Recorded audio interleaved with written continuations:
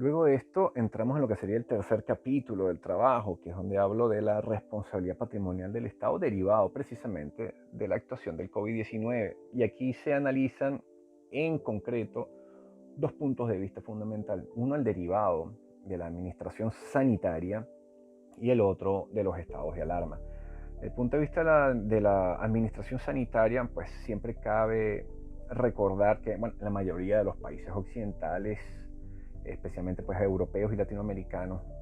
está la figura de la responsabilidad patrimonial del Estado por su funcionamiento normal y anormal, es decir, por su buen o mal funcionamiento,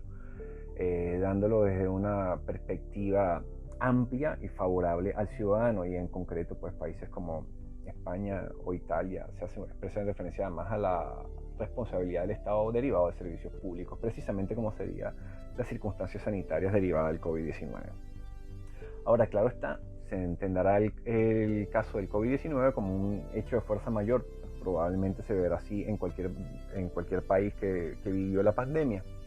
de que fue un hecho que no se pudo, pues digamos, prever de una forma concreta, más allá de las advertencias sanitarias que ya la comunidad científica había manifestado desde, como les comenté, hace ya más de unos 20 años atrás.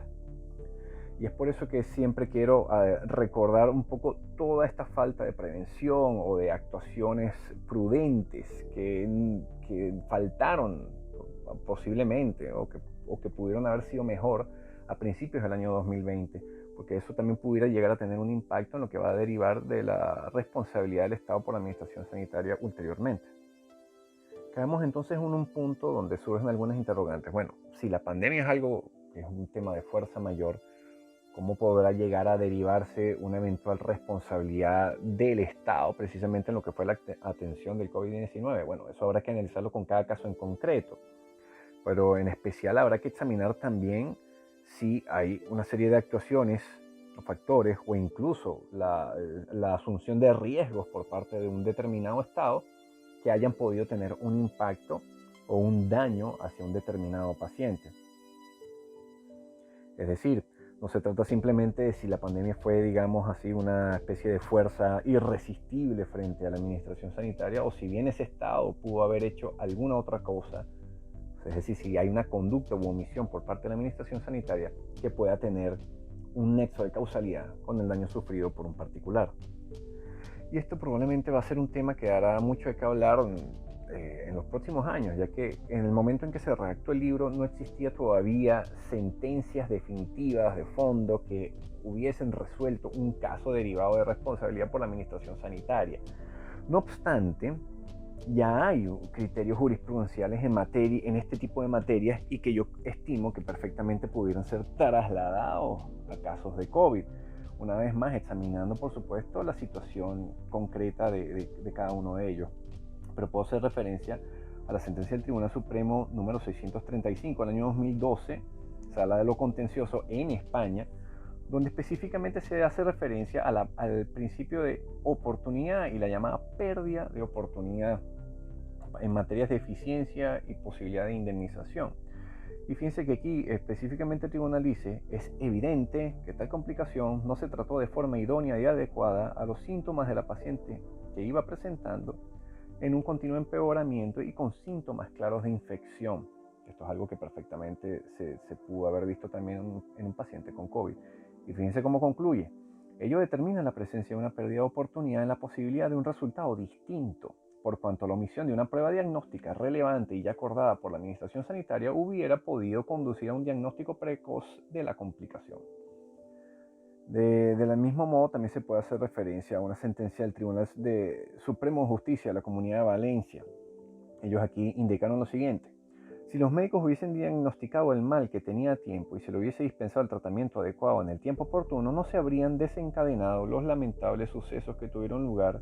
y, en la actualidad, no arrastraría ninguna secuela. Miren, aquí podemos estar pues, precisamente trasladando este tipo de jurisprudencia a casos bien, no solamente de pacientes que fallecieron como resultado del COVID, sino aquellos que quedaron con secuelas físicas o de salud importantes, producto de diagnósticos errados o bien de un protocolo sanitario que no era el más adecuado en su momento. Por ejemplo, que no se hayan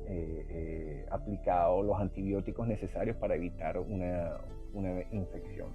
desde el punto de vista respiratorio. También incluso, bueno, las infecciones que trajo o que pudo ocasionar el COVID fueron de diversa índole, incluso en materia renal se llegaron a verificar ese tipo de casos. De modo que se tendrá que examinar las situaciones concretas de cada paciente para verificar si hubo alguna actuación u omisión por parte de la administración sanitaria que haya podido generar un daño en un paciente, y de verificarse esto, pues ese paciente tendrá derecho a reclamar una eventual indemnización. Ahora bien, cuando nos trasladamos a la responsabilidad del Estado por los casos de los estados de alarma,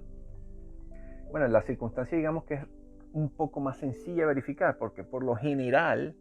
el propio legislador ha indicado de manera expresa que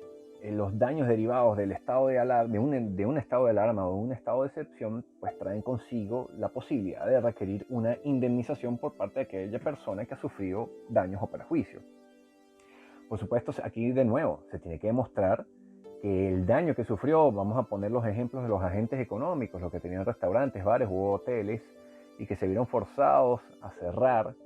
esos hoteles por orden del Estado, porque es muy distinto que ellos hubiesen sufrido un perjuicio económico porque la gente no quería asistir a los bares o a los hoteles, ya que tenían miedo, digamos así, de la pandemia. Diversa es la situación que a ti te obliguen, a través de un decreto, a suspender de manera absoluta, porque así lo fue al principio, de manera absoluta tu actividad económica. Pues esas pérdidas por lo general ya se encuentran previstas en las leyes que regulan los estados de alarma. Puedo hacer referencia a la Ley Orgánica 4 de 1981 en el caso español, pero la misma situación ocurre si vemos las leyes relativas a estados de excepción en Venezuela e igualmente en el campo italiano. Por lo tanto, si aquí se verifica que yo cerré por orden del Estado y que hay pues sencillamente una evidente situación de perjuicio económico, pues se parte de la idea de que se podrá requerir al Estado una indemnización correspondiente. Tampoco en el momento en que escribí este trabajo, tampoco se habían emitido sentencias definitivas de fondo en esta situación, pero bueno, sé perfectamente,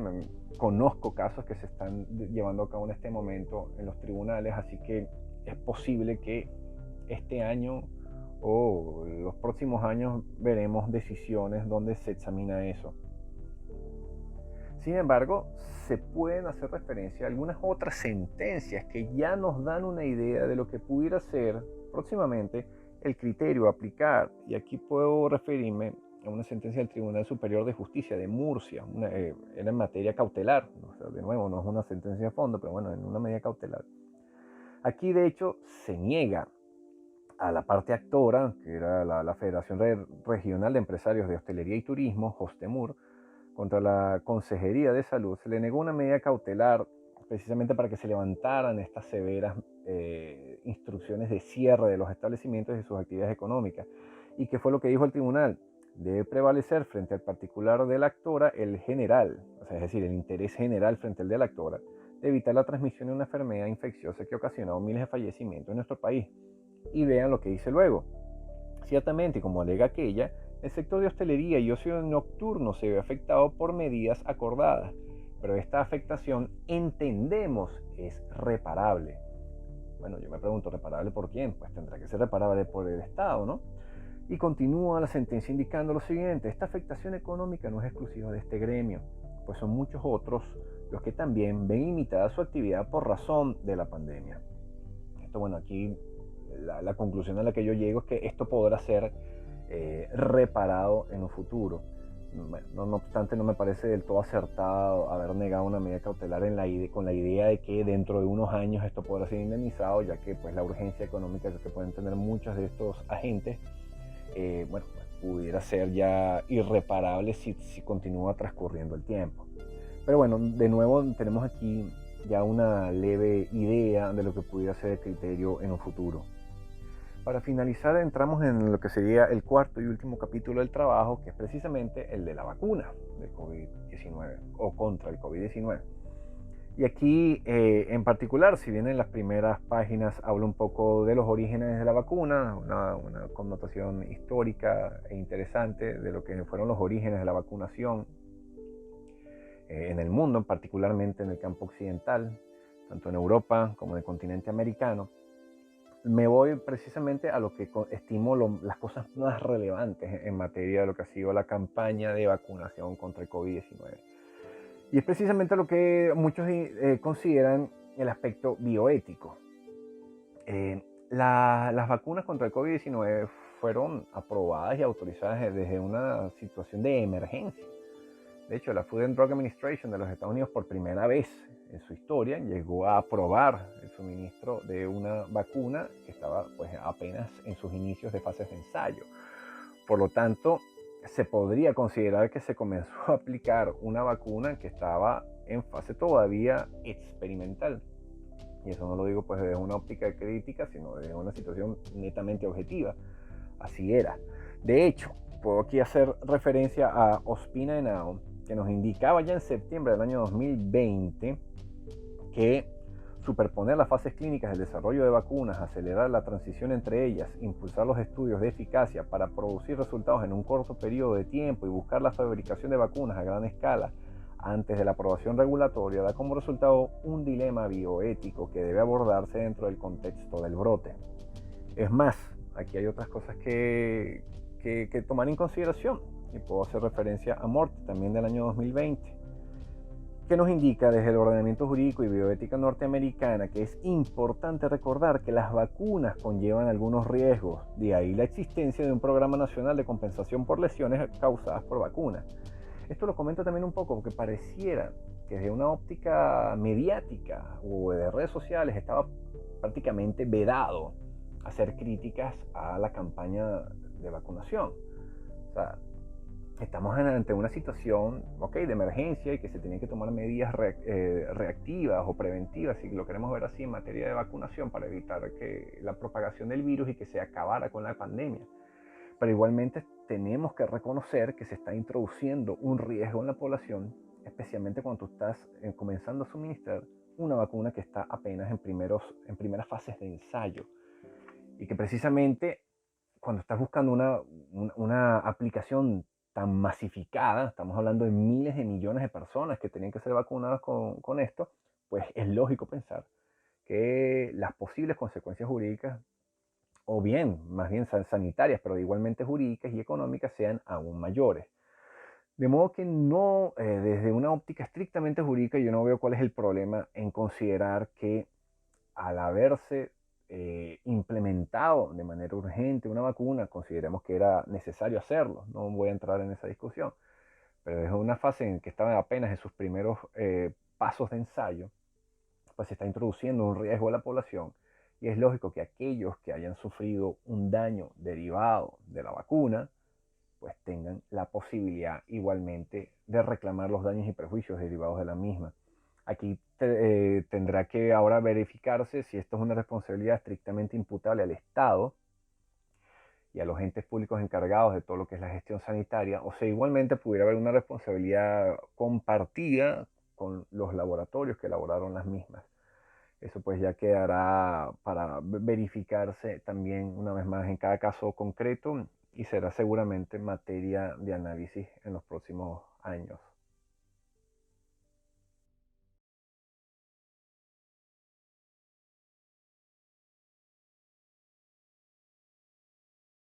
No olvides que puedes enviarnos tus sugerencias y comentarios al correo vitrinalegalconsulta@gmail.com y seguirnos en nuestras redes sociales, @vitrinalegal en Instagram y Vitrina Legal en Twitter, o a través de nuestra página web www.vitrinalegal.com.be.